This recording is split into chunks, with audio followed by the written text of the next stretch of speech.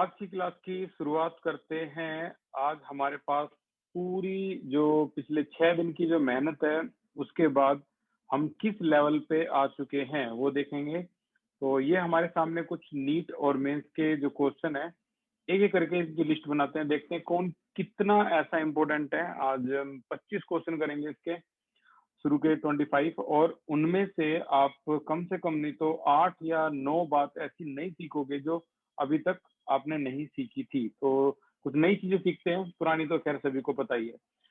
पहले क्वेश्चन की शुरुआत अगर हम करें तो यहाँ पर ये क्वेश्चन सीबीएसई में भी आया हुआ है। इस क्वेश्चन में स्टैंडर्ड गिब्स फ्री एनर्जी आपको निकालनी है, यानी डेल्टा जी नॉट आपको निकालनी है। और इसमें जो वैल्यू है the cell reaction E naught cell की वैल्यू पहले से रखी है, तो यहाँ पर हम फॉर्मूला लगाएंगे कौन सा, माइनस का एन ई नॉट एफ, ये वाला फॉर्मूला लगा देंगे। अब फेराडे की वैल्यू सभी को पता ही है। नंबर ऑफ इलेक्ट्रॉन यहाँ से देख सकते हो आप, 3 को 2 से मल्टीप्लाई कर दो तो 6 इलेक्ट्रॉन हो गए, ये भी पता है। डेल्टा जी नॉट आपको फाइंड आउट करनी है, और ई नॉट की जो वैल्यू है वो आपको दे ही रखी है इसमें 0.24। तो कुछ भी ऐसा नहीं है जो हम नहीं फाइंड आउट कर सकते, और हमारा जो आंसर आ जाएगा वो माइनस का 46.32। अब देखो यहाँ पर ना एक पॉजिटिव वाला भी ऑप्शन दे रखा है ताकि कंफ्यूज होके बच्चे यहाँ पे कोई गलती करे। ये तो कोई खास क्वेश्चन नहीं था, तो हम अगले लेवल पे चलते हैं। The cell for a cell involving 1 electron, एक ही इलेक्ट्रॉन है इसमें, ई नोट सेल की वैल्यू आपको दे ही रखी है, ये रही है। इक्विलिब्रियम कांस्टेंट आपको निकालना है, तो यहाँ पर हम फॉर्मूला लगा सकते हैं E naught cell is equal to क्या, 0.059 बाई एन लॉग के सी, राइट। यहाँ लॉग के सी में आपको क्या निकालना है, जस्ट के सी निकालना है। ये कैलकुलेशन इतनी आसान देंगे कि कोई भी इसको कर पाए। तो नंबर ऑफ इलेक्ट्रॉन यानी एन की वैल्यू 1 होगी आपकी, ई नोट सेल की वैल्यू पहले दे रखी है, और ये भी ऐसी कैलकुलेशन बना के दी है ताकि बच्चों को कम से कम प्रॉब्लम का सामना करना पड़े। तो ये 0.59 है, इसे डिवाइड करेंगे 0.059 हो गया, ठीक है। और इज इक्वल टू में आ गया लॉग सीधा सीधा के सी। अभी तो सभी को पता है यार, ऊपर कटने के बाद जो है 10 आएगा आपका, तो log के सी इज इक्वल टू 10। तो के सी की वैल्यू क्या हो जाएगी भाई, डी ऑप्शन करेक्ट होगा, 10 की पावर 10, ठीक है ना। log के सी की वैल्यू आपकी डायरेक्ट आप 10 की पावर 10 भी लिख सकते हो, तो ये आपका आंसर हो गया नॉर्मली, ठीक। आगे अगर हम चलें थर्ड क्वेश्चन की तरफ, तो यहाँ पर लिमिटिंग मोलर कंडक्टिविटी दे रखी है, लेकिन हालांकि देखो लिमिटिंग कोलाप्स लो बहुत आसान है, कोई भी कर सकता है, लेकिन इस क्वेश्चन में उन्होंने कहा है कि बताइए एसिटिक एसिड की लिमिटिंग मोलर कंडक्टिविटी क्या होगी, आपको क्या प्लस करना है क्या माइनस करना है, सब आपके पास है। अगर हम बच्चों की तरह शुरुआत में इसको करना शुरू करें जो हमने सीबीएसई में पढ़ा है, तो हमें ये पता लगेगा कि हमें जो चाहिए उसमें एसिटिक एसिड होना चाहिए, तो इस पे प्लस लगा दो। एच भी चाहिए तो इस वाले पे ही प्लस लगा दो, जो नहीं चाहिए उस पे माइनस लगा दो। अगर आप ऐसा करोगे तो क्या होगा, जब आप माइनस से काटोगे तो SO4 तो SO4 चलो कट गया, लेकिन क्या माइनस का 2 पोटेशियम और यहाँ का 1 पोटेशियम ये कट जाएगा भाई? आंसर है नहीं। तो हमें मजबूरी में क्या करना पड़ेगा, 2 से मल्टीप्लाई। ये 2 से मल्टीप्लाई तो इसकी वैल्यू भी 2 से मल्टीप्लाई। अब यहाँ पर 2 पोटेशियम बिल्कुल कट चुके हैं इससे, और हमारे पास जो बच गया वो है 2 एसीटेट और 2 हाइड्रोजन आयन, कॉम्बो बन चुका है CH3 COOH का ट्वाइस। इन सभी की वैल्यू निकल के सामने कितनी आती है, ये आती है हमारी भाई, जो प्लस में करा प्लस कर दो, x प्लस, देखो x प्लस या फिर माइनस y और प्लस में 2z, ऐसे भी कर सकते हैं, यू नो वेरी वेल, ऐसे भी कर सकते हैं। बट ये जो वैल्यू आई है ये ट्वाइस की आई है, हमें जो क्वेश्चन में पूछा गया है वो सिंगल का पूछा गया है, तो इस 2 को सभी से डिवाइड कर दो, और 2 को डिवाइड करोगे तो x माइनस वाई, अब यहाँ मैथ लगा लो, x minus Y upon 2, 2z upon 2 का मतलब है z, तो करेक्ट ऑप्शन है डी। आ गया सिंपल। तो ऐसे क्वेश्चन में जो लेवल है वो थोड़ा सा बढ़ा दिया गया है, क्या देकर, 2 हाइड्रोजन देकर, 2 पोटेशियम देकर। अदरवाइज लेवल क्या था, वही NaCl NaOH CH3COOH, ठीक है ना, ये आसान लेवल था। फोर्थ क्वेश्चन इतना आसान है कि मैं चाहूंगा कि तुम में से कोई एक आसान इसका निशान लगा दे भाई। रिड्यूसिंग पावर में बताइए, ABCD पार्टिसिपेट करो, नहीं तो लूजर्स की तरह अलग बैठ जाओ, क्योंकि हर कोई डॉक्टर बनने लगा या हर कोई बड़े लेवल पे जाने लगा, तो छोटे छोटे काम कौन करेंगे यार। ठीक है ना, छोटे काम के लिए छोटे लोग होने जरूरी हैं जो आपके लेवल को टच नहीं करते। तो इसीलिए कम ऑन, पार्टिसिपेट करो। बताइए कौन सा आंसर करेक्ट होगा डिक्रीजिंग ऑर्डर। देखते हैं आंसर में। जतिन करेक्ट है, विपिन करेक्ट है, अंशिका करेक्ट है। बहुत बढ़िया अंशिका, आप बहुत ठीक जा रहे हो। आपने अपना जो ग्राफ है वो बहुत तेजी से ऊपर लिया है, वेरी गुड। बी ऑप्शन बिल्कुल करेक्ट बताया है, decreasing order of reducing power. Decrease का मतलब सबसे ज्यादा रिड्यूसिंग पावर देखो के की है, क्योंकि इसकी वैल्यू सबसे ज्यादा नेगेटिव है। 1 2 1 1 2 3, ये देखो ये के है, ये सबसे ज्यादा नेगेटिव है, करेक्ट। तो ये इस तरह से हम जो, ये तो पता ही होगा ना, जो जितना ज्यादा नेगेटिव होता है उतना ज्यादा रिड्यूसिंग होता है, बस। जो जितने ज्यादा पॉजिटिव होता है उतना ज्यादा ऑक्सीडाइजिंग होता है, बस। बहुत पता है तुम्हें। 5 मिनट आ जाते हैं। ये एक सेल है, इसमें देखो क्या लॉजिक इस्तेमाल किया उन्होंने, कमाल का लॉजिक इस्तेमाल किया है। आप भी ट्राई करना। एक सेल है, इलेक्ट्रोकेमिकल सेल है, उसमें कहा गया है कि ये सेटअप जो है सॉल्ट ब्रिज भी लगा रखा है, यानी सेल रिप्रेजेंटेशन है। यहाँ पर डेनियल सेल की जो ई वैल्यू है वो मानी गई है E1। ओके, नो प्रॉब्लम, यहाँ कोई भी वैल्यू E1 होगी। लेकिन उन्होंने कहा है when the concentration of ZnSO और चेंज, अगर इस कंसंट्रेशन को मैं चेंज कर दूं, इसको चेंज करके मैं कर दूं क्या 0.1, मैंने बढ़ा दी। और इसको भी इन्होंने कहा है चेंज करके क्या कर दिया 0.01, यानी इस बार इसकी कम कर दी। तो बताइए, बताइए नहीं, अब जो वैल्यू आएगी वो क्या आएगी, E2 आएगी चेंज करने के बाद। Then we have to calculate, we have to decide कि E1 और E2 में क्या रिलेशन होगा। E1 और E2 में क्या रिलेशन होगा। अब E1 E2 अगर आप रिलेशन की बात कर रहे हो तो बड़ा सिंपल सिंपल अगर मैं यहाँ लिख दूं तो आप 2 मिनट में इसका आंसर बता दोगे। E cell is equal to क्या होता है भाई, E naught cell minus 0.059 by N log right upon left का आयन, किसमें, ओवरऑल रिएक्शन में। बट यहाँ तो सेल रिप्रेजेंटेशन है, ठीक है। तो पहले मैं E1 की बात करूंगा, सिंपल बात करूंगा पहले, बिल्कुल सिंपल बात, E1 की बात करूंगा। ठीक है, नॉर्मल जो पहली कंसंट्रेशन थी, इसे देखकर इसे देखकर अगर मैं तुमसे कहूँ राइट का आयन बताओ, तो क्या आप कॉपर 2 पॉजिटिव बोलोगे? नहीं, ये तो सेल रिप्रेजेंटेशन है ना। तो राइट का आयन कौन होगा, जिंक 2 पॉजिटिव, जब ओवरऑल बनाओगे तो। या फिर बोल लो एनोड का आयन कौन होगा, ऐसे भी कई बच्चे बोलते हैं एनोड का आयन अपॉन में कैथोड का आयन। तो एनोड का आयन या तो राइट का आयन अपॉन लेफ्ट का आयन बोल लो, या फिर नई चीज सीखो, नई चीज सीखो, एनोड का आयन अपॉन में कैथोड का आयन। एनोड का आयन कौन है, जिंक, ठीक है।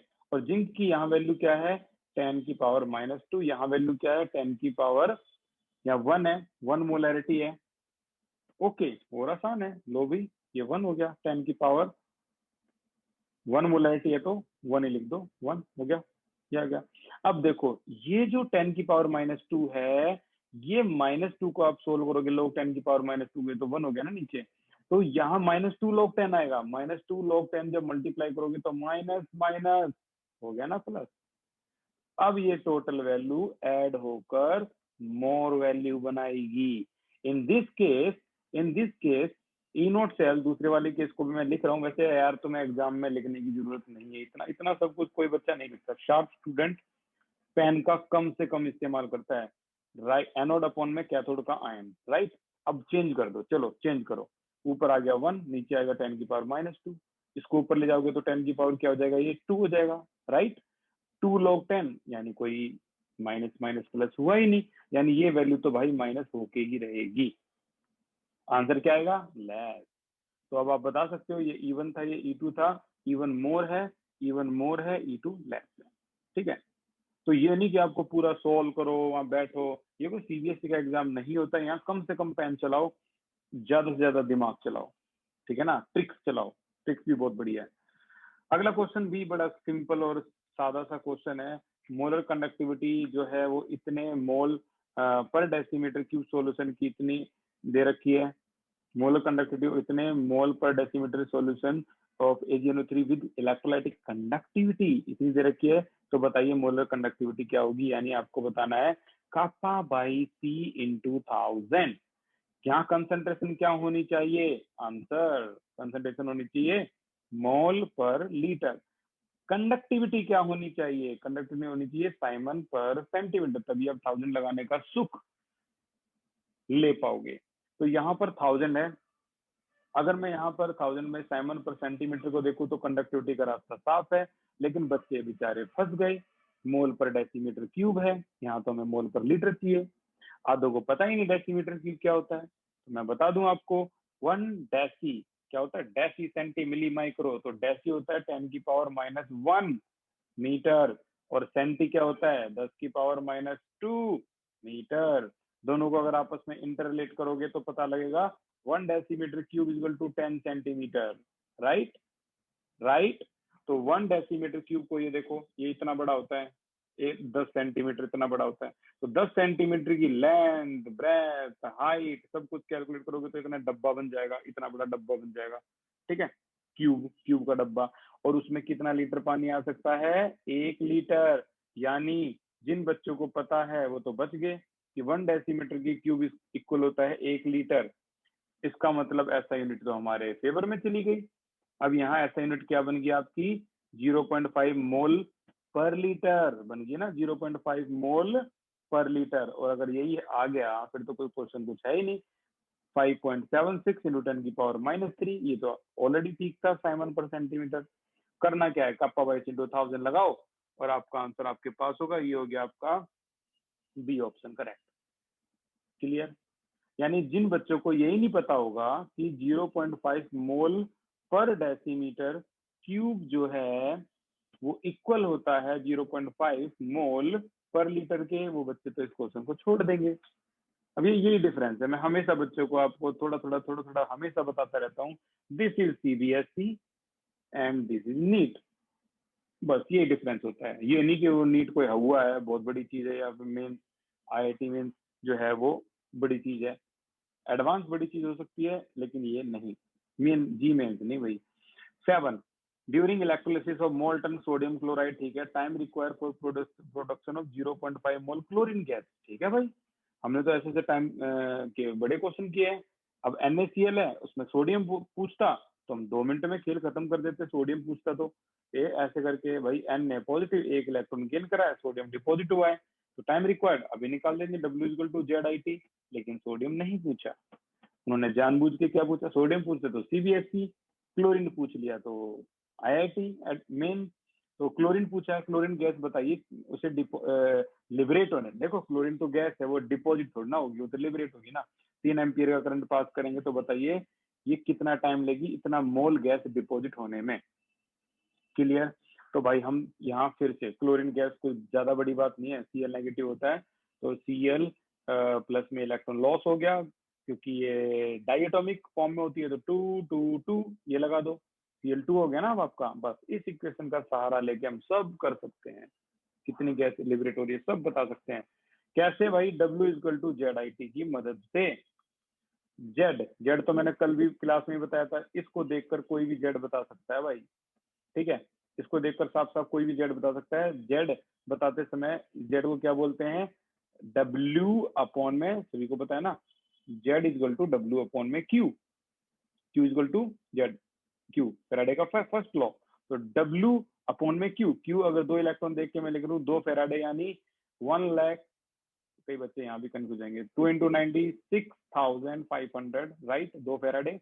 जेड की वैल्यू भाई कितना Cl2 डिपॉजिट हुआ है, मास होता है 35.5, 2 से मल्टीप्लाई कर दो 71 हो गया, मल्टीप्लाई करंट कितना पास किया आपने 3 एम्पियर, आप देख सकते हो ये रहा। अच्छा, टाइम आपको निकालना है, और ये काम करने पर कितना क्लोरीन डिपॉजिट हो गया, ये मास आना चाहिए यहाँ पर, लेकिन इन्होंने तो मोल दे रखा है। कोई नहीं भाई, मोल दे रखा है तब भी कोई प्रॉब्लम नहीं है, जल्दी जल्दी से इसको ये भी चेंज कर देंगे, number of mole equal to mass upon molar mass 0.1 है, मास निकालना है। मोलिकुलर मास किसका, Cl2 का कितना होता है 71, अभी बताया था, मल्टीप्लाई कर दो 7.1, तो ये आ गया आपका मोलिकुलर मास यहाँ से 7.1। कैलकुलेशन देखो हमेशा आसान रहेगी, इससे इसको काट दो तो वैल्यू जो आएगी वो आ जाएगी आपकी 0.1 इस तरह से। ठीक है, ऐसे सारी कैलकुलेशन करने के बाद जो टाइम सेकंड में आएगा उसको हम मिनट में चेंज कर लेंगे, and your answer will B, कौन सा आपके पास है 110। ठीक है, ये इसके तकरीबन आंसर आ जाएगा 107 या 108 पॉइंट समथिंग आएगा तो वो 110 के नियर बाई माना जाएगा। ठीक है, नेक्स्ट क्वेश्चन की तरफ चलते हैं। नई नई चीज सीखते रहना भाई, लगातार लगातार आंख खुली रखो। अच्छा, if E naught cell for the following reaction have a negative, अगर ई नोट सेल की वैल्यू नेगेटिव होती है, ओके, तो बताइए वैल्यू डेल्टा जी की क्या होगी और के की क्या होगी। चलो भाई, अगर मान लो ई नोट सेल की वैल्यू, यहां कर देता हूं मैं इसको, ई नोट सेल की वैल्यू अगर नेगेटिव होती है तो रिलेशन तो हमें पता है ना, ज्यादा दिक्कत की बात है ही नहीं। क्या रिलेशन पता है आपको, ई नोट सेल, ओके, ये वाला रिलेशन भी अच्छा है, delta G is equal to minus का एन ई नोट एफ। तो बताइए डेल्टा जी की वैल्यू पॉजिटिव होगी नेगेटिव होगी? यार नेगेटिव है, पुट कर दो, पॉजिटिव आ गई डेल्टा जी आपका। चलो पता लग गया, डेल्टा जी तो भाई पॉजिटिव है। और आगे देखते हैं, के की वैल्यू पूछ रहा है, वो के क्या होगा? डेल्टा जी का एक और फॉर्मूला होता है ना, माइनस का 2.303 N R T, sorry 2.303 R T log K, ये होता है फॉर्मूला। वो के के बारे में पूछ रहा है। यार जब डेल्टा जी जो आपका पॉजिटिव आ गया, तो ये डिवाइड करोगे सारा का सारा हिस्सा, तो ये क्या आएगा आपका आंसर? नेगेटिव। अब नेगेटिव का सोचो, नेगेटिव का सोचो भाई, मान लो ये आ गया, वहां भी ऐसे मान लिया करो, वहां कोई नहीं करता कैलकुलेशन। तो बताओ एंटी लॉग लेने के बाद किसी भी नेगेटिव का एंटी लॉग लोगे यार, अगर ये जीरो भी होता है ना, तब भी आपको पता है पावर एक बढ़ाते हैं, यहाँ पावर बढ़ाओगे तो -2 आ जाएगी। यानी केसी की वैल्यू आप कुछ भी कर लो, एक से तो कम आएगी और ये पॉजिटिव आएगी। बताओ ऑप्शन कौन सा करेक्ट है?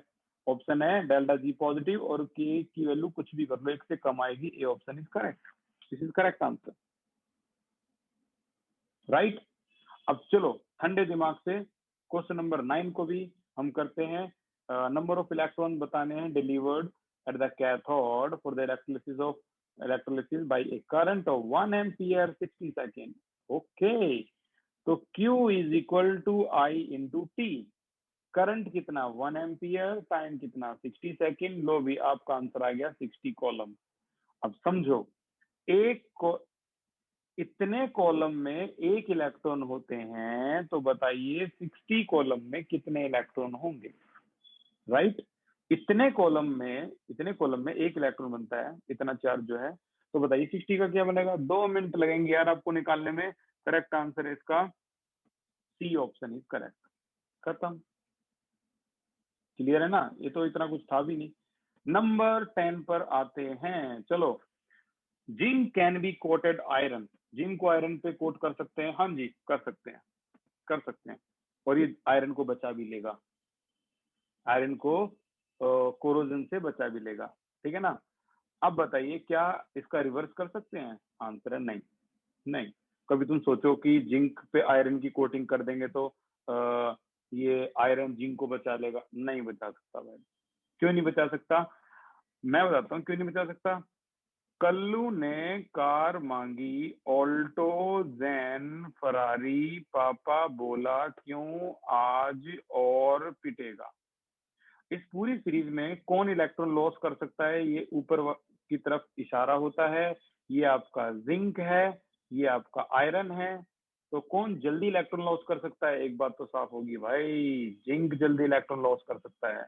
यानी अगर आपने आयरन पर, आयरन का पाइप है ये, ध्यान से देख लो, और इसके ऊपर किसकी कोटिंग करवा दी? जिंक की कोटिंग करवा दी, रेड कलर में जिंक है, तो ये लगातार रेड कलर अपने इलेक्ट्रॉन लॉस करता रहेगा। किसको? आयरन को। और आयरन इलेक्ट्रॉन लगातार इससे क्या करता रहेगा? गेन करता रहेगा। थोड़ा बहुत भी आयरन अगर मान लो जंग लगना, रस्टिंग ऑफ आयरन अगर होता है, रस्टिंग का मतलब है आयरन ऐसा हो जाता है, ऐसा बेचारा रस्ट होके। लेकिन ये रेड कलर में जो जिंक है वो उसको 2 इलेक्ट्रॉन और देता है, ले 2 इलेक्ट्रॉन, तो दोबारा से ये आयरन ये बन जाता है। इसे कहते हैं कि हमने आयरन को बचा लिया, गैल्वेनाइजेशन बोलते हैं इसे, ठीक है। तो ये कह रहा है कि क्या कभी रिवर्स हो सकता है? आंसर नहीं हो सकता। क्यों? क्योंकि जिंक ही इलेक्ट्रॉन लॉस करेगा। अब तुम खुद बताओ, इलेक्ट्रॉन लॉस करने का तो पता लगी गया, इलेक्ट्रॉन लॉस कहाँ पे होता है? एनोड पे होता है, क्लियर। अब जो एनोड पे इलेक्ट्रॉन लॉस होता है उसको आप क्या बोलोगे? एनोड पे ई नोट वैल्यू को क्या बोलोगे? बताओ बताओ भी क्या बोलोगे? जो इलेक्ट्रॉन लॉस करता है एनोड पे होता है, रिड्यूसिंग बोलेंगे ना, रिड्यूसिंग। तो यूनिट वैल्यू क्या होनी चाहिए, यहाँ नेगेटिव होनी चाहिए, यानी जिंक की यूनिट वैल्यू नेगेटिव होनी चाहिए, ज्यादा नेगेटिव होनी चाहिए। तो zinc has lower negative electrode potential than iron.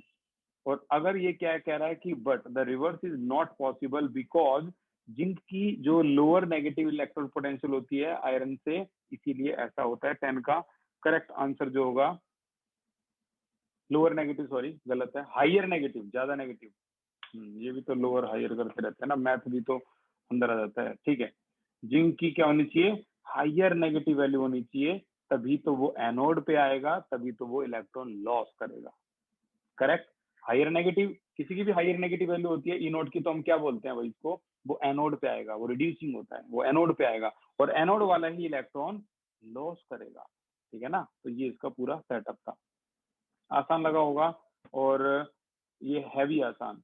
The presence of H2 required to make potential of H2 electrode is 0 in pure water. देखो प्योर वाटर में पीएच क्या होती है, प्योर वाटर की जो पीएच होती है वो होती है आपकी 10⁻7 होती है नॉर्मल। तो H पॉजिटिव की वैल्यू यहाँ से निकाल लेंगे 10⁻7।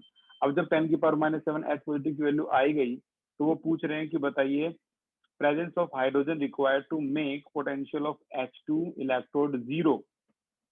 देखो ये है H2, एक इलेक्ट्रॉन गेन किया, यहाँ H बना। अब क्योंकि ये मोनोटॉमिक फॉर्म में नहीं रह सकता, तो हम ये बनाएंगे। अच्छा, ई सेल की वैल्यू उन्होंने पहले ही बोल दी क्वेश्चन में, क्या है भाई, 0 है, 0 है। ई सेल की वैल्यू को हम क्या रखेंगे, 0 रखेंगे। तो E cell is equal to E naught cell minus 0.059 by N, N का मतलब 2 इलेक्ट्रॉन, लॉग 1/में एच पॉजिटिव का स्क्वायर। और एच पॉजिटिव मैंने बता दी कितना है, 10⁻7 है। तो एच पॉजिटिव की वैल्यू आपको पता लग गई, दो वैल्यू ये पता लग गई। ई सेल की वैल्यू क्वेश्चन में 0 ही दे रखी है। क्या कोई ई नोट सेल की वैल्यू बता सकता है? Come on, hurry up, chat section में जाइए और बताइए ई नोट सेल की वैल्यू क्या होगी। है कोई बता सकता है? लूजर्स की तरह अपनी लाइफ वेस्ट मत करो भाई। जिसको जो जितना टकराया है लाइफ में, उसने उतना ही हासिल किया है लाइफ में। ठीक है ना, ऐसे बैठे बैठे आप सोचो सब कुछ मिल जाएगा, कुछ नहीं मिलता बैठे बैठे। तो मेरे पास एक आंसर आया है, देखते हैं कौन है वो। सुमित और तब्बू चौहान, फैबुलस। फैबुलस भाई, मैं हैरान हूँ आपके दिमाग में क्या, कैसे क्लिक कर गया ये। ई नोट सेल हाइड्रोजन की होती ही 0 है, आपने याद किया होगा, रिडक्शन पोटेंशियल हाइड्रोजन की 0 होती है। तो यहाँ ये वैल्यू क्या हो जाएगी, 0 0, और ये वैल्यू 0.059 बाई एन यानी 2, लॉग यहाँ पर वैल्यू हो जाएगी 10⁻7 का square, and you will get your answer. कौन सा आंसर आपको पता लगाना है यहाँ पे, कि the pressure of hydrogen required to make the following. अब आप क्योंकि प्रेशर का पता नहीं है, तो यहाँ इटैलिक में प्रेशर ऑफ H2 लिखते हैं। So you have to calculate pressure of H2, जो कि आ जाएगा कैलकुलेट करने के बाद 10⁻14, ये आ जाएगा सीधा सीधा। ठीक है, ट्राई करो, और कोई प्रॉब्लम हो मुझसे पूछ लो, बता दूंगा मैं। The device that convert energy of combustion fuel like hydrogen, methane directly into electrical energy, बताओ इसको क्या कहते हैं? चैट सेक्शन में जाइए, बताइए। विपिन, करेक्ट आंसर, बहुत बढ़िया विपिन, गुड गोइंग। और कोई? जतिन, गलत answer. Anshika, very good, correct answer. Tabu, बिल्कुल ठीक है, बहुत बढ़िया तब्बू चौहान, नाइस। सुमित, बिल्कुल ठीक है। ABCD बोल दिया करो, लिखने की तो जरूरत ही नहीं है, इसे बोलते हैं फ्यूल सेल। ठीक है, तो ये फ्यूल सेल है आपका, और ये भी हम कर चुके हैं। ठीक है, देखो अगर आपको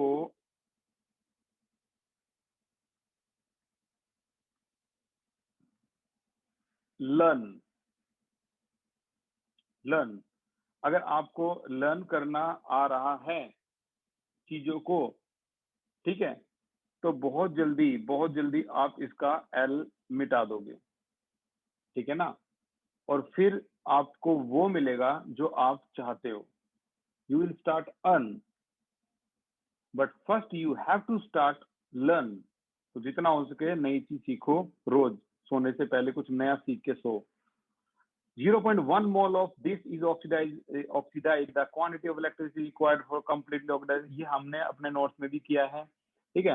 वो कितनी फेराडे या कितने कॉलम की इलेक्ट्रिसिटी चाहिए, देखो इसका ये है आपका मैग्नेट है, इसका ऑक्सीडेशन स्टेट +6 है, इसका +7 है, तो 1 इलेक्ट्रॉन मीन 1 मोल इलेक्ट्रॉन मीन 1 फेराडे। आंसर क्या आना चाहिए 96,500। बहुत से बच्चे आंसर लगा देंगे, लेकिन ये तो तब होता ना जब ये 1 मोल होता। यहाँ कितना मोल ले रखा है इन्होंने, ये 0.1 मोल ले रखा है इन्होंने। 0.1 मोल के लिए क्या हो जाएगा भाई, 10 से डिवाइड कर दो यार, ठीक है ना। 1 मोल के लिए जब इतना हो सकता है तो 0.1 के लिए क्या होगा, 10 से डिवाइड कर दो, या फिर 0.1 को मल्टीप्लाई कर दो, आपका आंसर आ जाएगा सी ऑप्शन इज करेक्ट, ठीक है।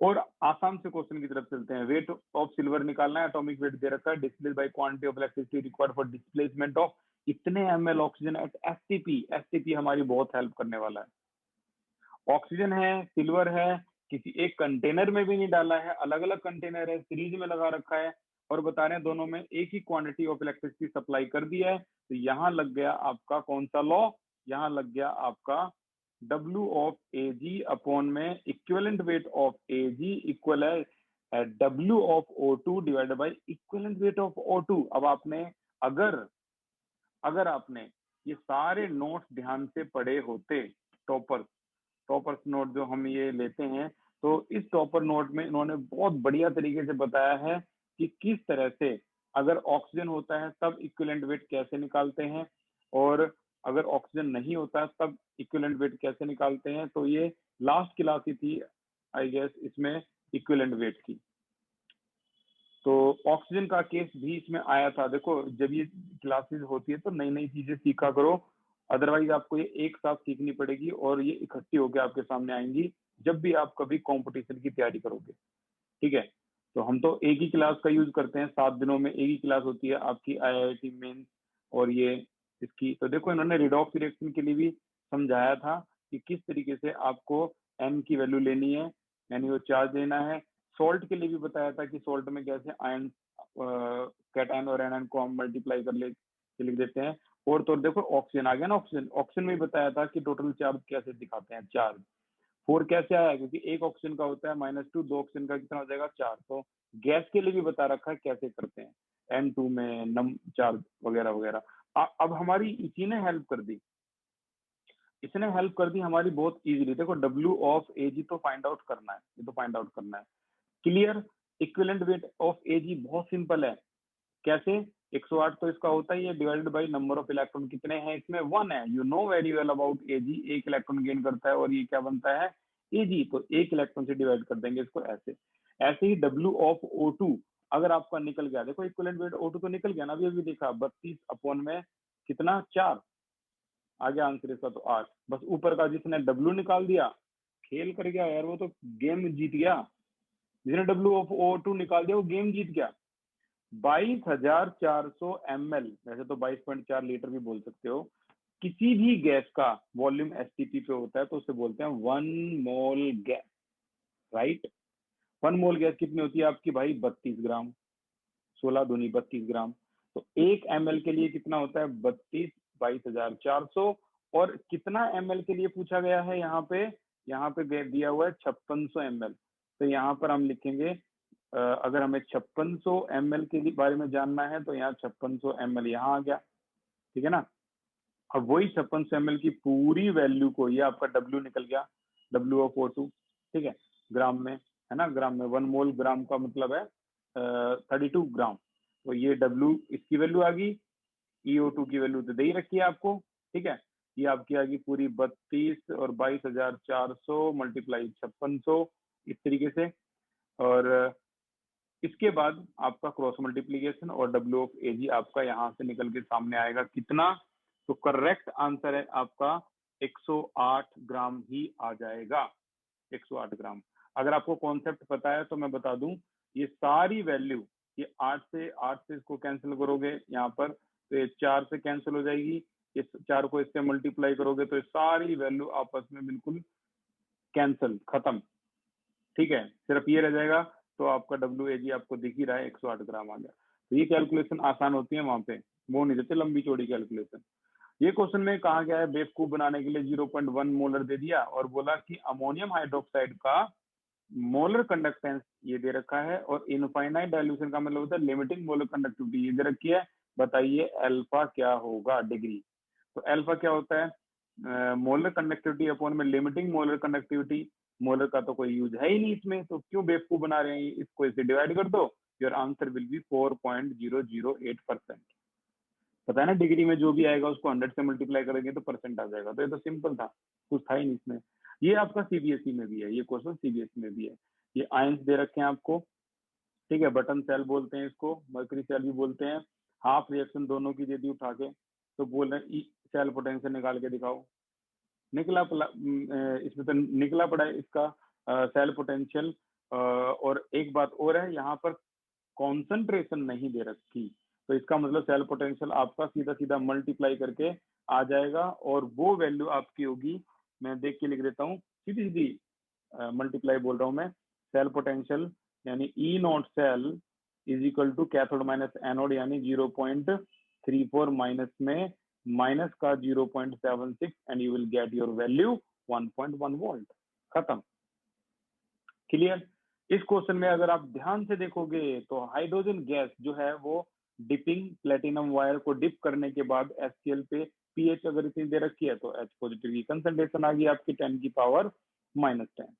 लेकिन अब की बार उन्होंने हम कर तो देते इसको 180 एम प्रेशर भी दे दिया, चलो प्रेशर दे दिया 180 एम, कर तो अभी भी देते, लेकिन अब की बार रिडक्शन पोटेंशियल की जगह उसने बोल दिया ऑक्सीडेशन पोटेंशियल। ओ हो ऑक्सीडेशन पोटेंशियल, देखा ना नीट, ऑक्सीडेशन पोटेंशियल तो बोलते ही नहीं लेकिन उन्होंने तो बोल दिया। इसका मतलब अब हमें सारा खेल कैसे करना पड़ेगा, इस तरीके से आपको रिडक्शन पोटेंशियल में इलेक्ट्रॉन गेन करते हुए दिखाने होते हैं, यहाँ पर आपको इलेक्ट्रॉन लॉस करते हुए दिखाने होंगे, ठीक है ना। इस तरीके से यहाँ पर H ने अगर इलेक्ट्रॉन लॉस कर दिया तो पॉजिटिव, ये इलेक्ट्रॉन लॉस कर दिया, मोनोटॉमिक फॉर्म में तो रहते ही नहीं, तो आपको ये दिखानी होगी रिएक्शन। अब खेल कैसे बदलेगा, ऑक्सीडेशन पोटेंशियल वुड बी जो है वो क्या आएगा, अब खेल कैसे बदलेगा इसका पूरा का पूरा। ई नॉट सेल, अगर मान लो ये निकालना चाह रहे हैं ई नॉट सेल, तो देखो E cell is equal to E naught cell minus का 0.059 बाई एन लॉग राइट का एन कौन हो जाएगा अब की बार एच पॉजिटिव का स्क्वायर हो जाएगा सीधा सीधा, और लेफ्ट में कोई है ही नहीं। क्यों, क्योंकि ऑक्सीडेशन पोटेंशियल है, हमेशा रिडक्शन पोटेंशियल होता है जहां इलेक्ट्रॉन गेन करते हुए दिखाते हैं सिंगल रिएक्शन के लिए। अब ई नोट सेल आपको पता है हाइड्रोजन की जीरो होती है, ये आपको निकालना है। 0.059 बाई एन की वैल्यू 2 है, लॉग इसकी वैल्यू क्या है ऊपर दे रखी है 10, 10 की पावर -10 का स्क्वायर, और यहां से पूरी वैल्यू आप कैलकुलेट करोगे then you will get your answer कितना, प्लस का 0.59, ये आ जाएगा आपको प्लस का 0.59। क्यों क्यों आ जाएगा, 10 की पावर -10 हो गया ना, ऊपर ले जाओगे तो 20 हो गया, मल्टीप्लाई करोगे 20 हो गया, ये तो आ जाएगा आपका 0.059 by 2 multiply by -20 log 10। Log 10 की वैल्यू 1 होगी, हटा दो, माइनस से माइनस कैंसिल हो गया, 2 से इसको काट दो 10 हो गया, 10 को इससे मल्टीप्लाई करोगे आ तो गया 0.59, तो ये आपका प्लस का 0.59, this will be your answer.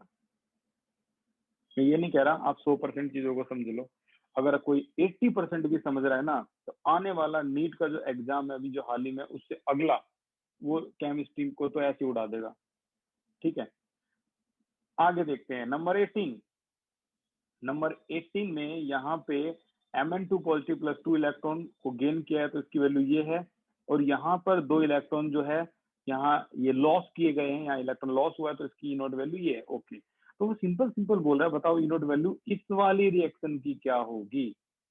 अब तुम खुद सोचो, हम नॉर्मली देखो यहाँ रिडक्शन है, यहाँ ऑक्सीडेशन है, हम क्या करते हैं 2 से मल्टीप्लाई करते हैं ना, चलो 2 से मल्टीप्लाई कर दिया, फिर इलेक्ट्रॉन को काटते हैं ना, काट भी दिया, सभी को जोड़ के एक बार लिखना, एक बार 2Mn और 1Mn कितना हो गया 3Mn। अच्छा 2Mn 3 पॉजिटिव, ये रहा 2Mn 3 पॉजिटिव, और Mn यानी ये तो यार जोड़ने के बाद आ गई वैल्यू, तो क्यों ना हम इसको भी अगर जोड़ दें प्लस का 1.51, तो आपका सीधा सीधा आंसर क्या आ जाएगा जोड़ने के बाद माइनस माइनस प्लस, तो आपका आंसर आ जाएगा 18 का, ये डी आंसर आएगा, खेल खत्म। कुछ भी नहीं, ये तो मतलब बहुत ज्यादा लॉजिकल सिंपल क्वेश्चन दे दिया उन्होंने। Next question, how many gram of cobalt metal will be deposit on the solution of cobalt chloride. तो ये तो सिंपल हमारे रेडार का क्वेश्चन हो गया, सीबीएसई लाइव क्वेश्चन हो गया। तो वो कह रहा है बताइए कितना ग्राम कोबाल्ट, कोबाल्ट सेकंड बोल दिया तो हम एक काम करेंगे, कोबाल्ट 2 पॉजिटिव 2 इलेक्ट्रॉन गेन करें तभी तो कोबाल्ट डिपॉजिट होगा। और अब हम यहाँ पर W is equal to ZIT लगा देंगे। यार ये हमारा सबसे आसान तरीका होता है। तो जेड तो मैं देख के बता दूंगा इसमें से। इसका मास कितना है कोबाल्ट का 59। तो ये 59 डिवाइड बाई 2 इलेक्ट्रॉन को देकर 2 फेराडे, ये होता है 2 मल्टीप्लाई 96,500 इनटू में एम्पियर। कितना एम्पियर का करंट है भाई 10 एम्पियर लगा दो यहाँ 10। टाइम कितना है 109 लगा के मत छोड़ दियो, इसको सेकंड में करना जरूरी है, आपका W आ जाएगा। And after this you will get your W 20 gram. Clear. अब देखो ये आपका ये भी सीबीएसई का क्वेश्चन है, ये भी कुछ खास है नहीं यार। मोलर कंडक्टिविटी आपको देखकर बतानी है अमोनियम हाइड्रोक्साइड की किसकी मैच कर जाएगी। चलो कम ऑन हरी अप, बताइए किसकी मोलर कंडक्टिविटी मैच कर जाएगी। अगर आपको ऑर्डिनरी से थोड़ा सा एक्स्ट्रा ऑर्डिनरी होना है तो थोड़ा तो एक्स्ट्रा पढ़ना ही पड़ेगा। ऑर्डिनरी तो सारी दुनिया है, थोड़ा तो एक्स्ट्रा ऑर्डिनरी होना ही पड़ेगा। एक्स्ट्रा करोगे तभी एक्स्ट्रा ऑर्डिनरी आपको बोला जाएगा। तो देखते हैं answer. Vipin Jatin tough competition है भाई दोनों में। तब्बू बहुत बढ़िया, तब्बू चौहान, यहाँ पर 2 तब्बू हैं, आपको मेरे पास मैसेज करना होगा कि आप कौन सी तब्बू चौहान हो। मैं तो कंफ्यूज हो गया। अंशिका बहुत बढ़िया, सुमित मानसी सारे ठीक है। करेक्ट आंसर है डी। यार ये तो अब बच्चों का खेल हो गया, सभी बच्चों के लिए। हमें चाहिए क्या अमोनियम हाइड्रोक्साइड, तो अमोनिया चाहिए प्लस में होना चाहिए, हाँ भी प्लस में है। अच्छा OH भी चाहिए प्लस में होना चाहिए, हाँ जी प्लस में। जो नहीं चाहिए वो माइनस में होना चाहिए। तो correct answer is D. Next question ये भी देखो अभी हाल ही में पूछा गया था। सभी की ई नोट वैल्यू देख लो भाई, ई नोट वैल्यू सभी की, ठीक है। ये भी देखो ई नोट वैल्यू सभी की, ठीक है। बताइए स्ट्रॉन्गेस्ट ऑक्सीडाइजिंग और स्ट्रॉन्गेस्ट रिड्यूसिंग कौन है। ऑक्सीडाइजिंग कौन होता है स्ट्रॉन्गेस्ट, बताइए एक बार चैट सेक्शन में जाके, ऑक्सीडाइजिंग ज्यादा कौन होता है, ज्यादा ऑक्सीडाइजिंग कौन होगा भाई।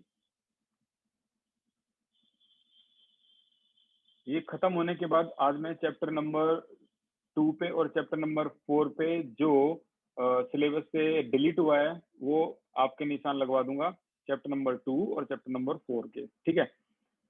तो जो मोर पॉजिटिव वो सिंगल आंसर आया, बहुत बढ़िया विपिन। तो इनमें से मोर पॉजिटिव कौन है भाई, ये रहा F2 सबसे ज्यादा पॉजिटिव। और सबसे कम पॉजिटिव कौन है, ये रहा I2। तो करेक्ट आंसर हो गया ए। रिड्यूसिंग जो होते हैं वो क्या होते हैं, ज्यादा नेगेटिव होते हैं। तो यहाँ तो कोई नेगेटिव है नहीं, तो ज्यादा कम ढूंढ लो, लेस अमाउंट में कौन है। ये क्वेश्चन को इसे इसके बारे में मैं इतना ही बताऊंगा। ये फेराडे लॉ ऑफ इलेक्ट्रोलाइसिस का आपकी, Faraday law of electrolysis sorry, Kohlrausch's law का आपकी एनसीईआरटी का क्वेश्चन है। और ये इसकी जो वैल्यूज हैं वो भी बिल्कुल वही दे रखी हैं। एग्जाम्पल है बिना हाथ पैर चलाए, सीधा सीधा आंसर कोई बता सकता है, ऑप्शन कौन सा होगा 22 का। वेरी गुड जतिन, बहुत बढ़िया। मनीषा गलत है, तब्बू इस बार गलत है। बट आपका जो डे था तब्बू आपका बहुत बढ़िया था, एक सिंगल क्वेश्चन अब आके गलत हुआ है। आप एक ही बार आंसर दे सकते हो भैया, ऐसे तो सारे बोल देंगे ABCD, एक बार बस। अब ऑप्शन खत्म हो गया आपके पास। करेक्ट आंसर है डी। आप देख लो अपनी एनसीईआरटी 390.5, ये पॉपुलर आंसर है, ठीक है ना। करने को तो कैलकुलेशन करने को अभी भी हो जाएगा, आप देख लो। ये सीबीएसई में भी बहुत आता है और ये नीट में भी बहुत आता है, मेंस में भी आया हुआ है। अगला क्वेश्चन है हमारा टोटल 25 है। तो इस क्वेश्चन को तो अगर आप देखोगे तो कल की ही क्लास में ये मैंने किया है, याद है भूल गए, कल की ही क्लास में मैंने किया है। नॉर्मली जो रिएक्शन होती है Al2O3 की वो ये वाली होती है क्या, 2 एल्यूमिनियम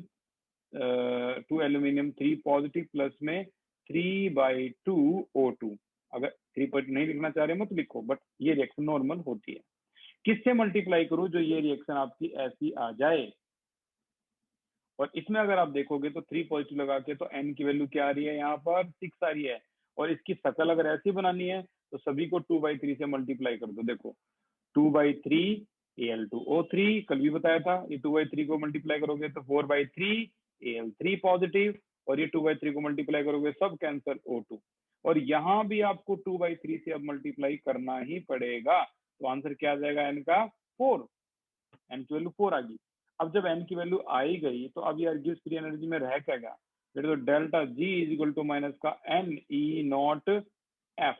क्या निकालना है इसमें, पोटेंशियल डिफरेंस नीडेड, यानी आपको निकालना है यहाँ पर ई नॉट की वैल्यू। डेल्टा जी नॉट कितना है, प्लस का 960 लिख के मत छोड़ देना, ये किलो जूल में है, 3 जीरो और लगाओ, इज इक्वल टू एन की वैल्यू अभी निकालिए 4, जिसकी एन करेक्ट है उसका आंसर करेक्ट है। ई नोट बताना है, ये 96,500 है। So the correct answer will be, ये 23 का आपका हो जाएगा, C option is correct. Check कर लेना। डी 24 को जल्दी से बताइए, कौन बताएगा इसको। 24 चैट सेक्शन में जाइए, आंसर बताइए 24 के बारे में।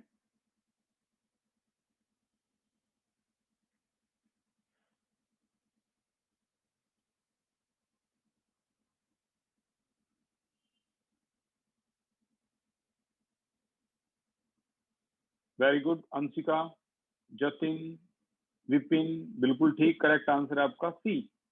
इसकी ज्यादा नेगेटिव है और ज्यादा रिड्यूसिंग है, तो ज्यादा नेगेटिव इसकी होगी।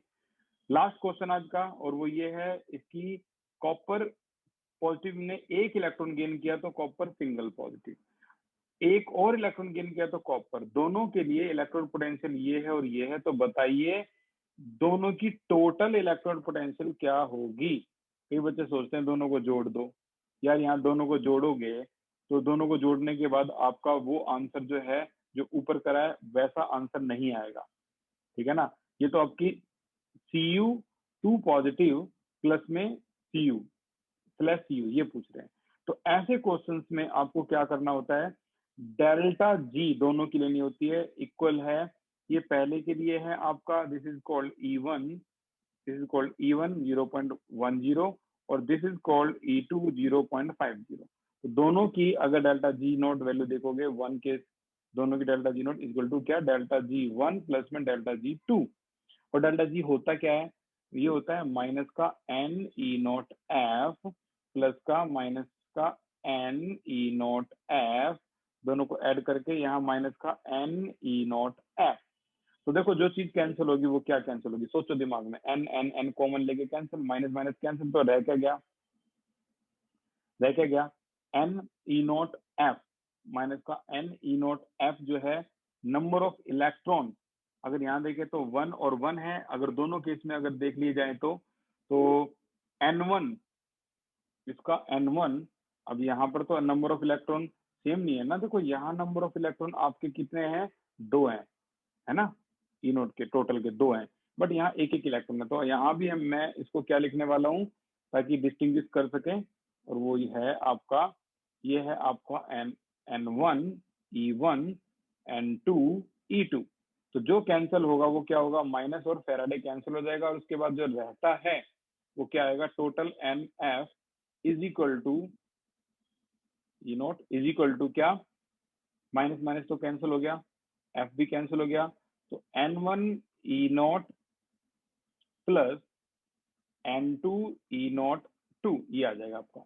यहाँ नंबर ऑफ इलेक्ट्रॉन पहले से ही क्लियर है, 2 इलेक्ट्रॉन है, तो सारी वैल्यू को रख दो, यहाँ पर 2 इलेक्ट्रॉन है, देख लिया आपने वहां पे, और यहाँ सारी वैल्यू को अगर आप रखोगे तो इस दो से एंड में आप डिवाइड कर दोगे, एक एक करके वैल्यू रखता हूँ मैं। N1 की वैल्यू पहले केस में 1 है, तो ई नॉट की जो वैल्यू है पहले केस में कितने, 0.515, प्लस में इसकी वैल्यू क्या है, ये भी 1 है, ये वैल्यू क्या है 0.50, and the whole value divide by 2, your answer will be 0.325। Direct add करोगे ये गलत हो जाएगा, ठीक है ना, डायरेक्ट ऐड करोगे तो ये गलत हो जाएगा। तो ये ऐसे जो इलेक्ट्रोड पोटेंशियल दे रखे हो, रिडक्शन पोटेंशियल, देखो यहाँ भी गेन है, यहाँ भी गेन है, यानी दोनों रिडक्शन पोटेंशियल है।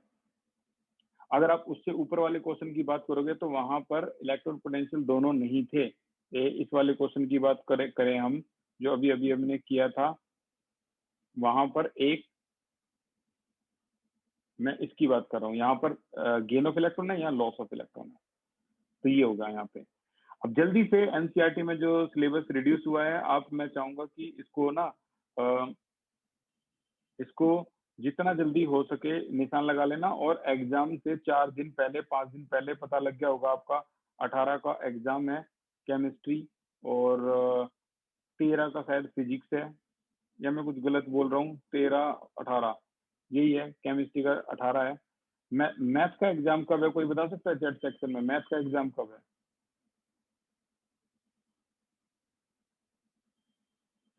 1 जून को जाके है भाई साहब। ठीक है ठीक है ठीक है ठीक है, मैथ का 1 जून का है, बहुत छुट्टियां होंगी उसमें तो भाई। तो केमिस्ट्री में 5 दिन की छुट्टी इनफ है। तो जो सिलेबस रिड्यूस हुआ है उस पर निशान लगा लो। 430 cross, 29 cross, 28 cross, 27 cross, 4 chapter है ये। 26 क्रॉस, 24 क्रॉस, 23 क्रॉस, 22 क्रॉस, ये सारे क्वेश्चन सिलेबस से हट चुके हैं, इस पे अपना टाइम वेस्ट मत करना।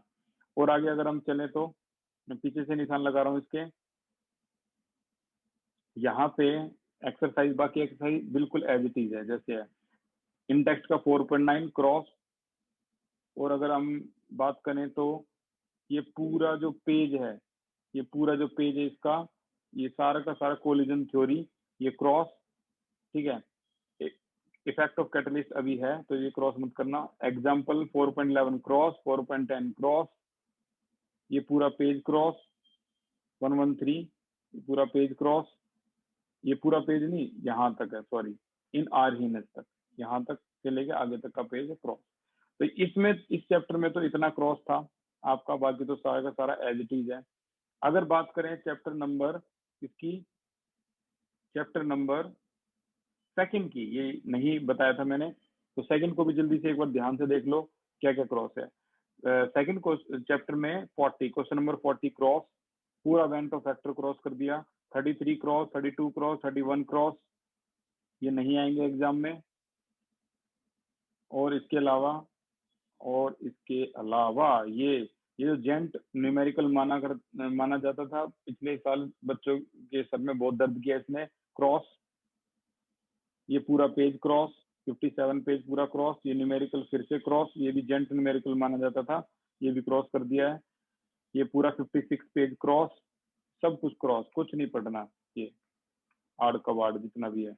अच्छा, एबनॉर्मल मोलर मास यहाँ से, यानी यहाँ से आगे का जो सिस्टम है वो क्रॉस है।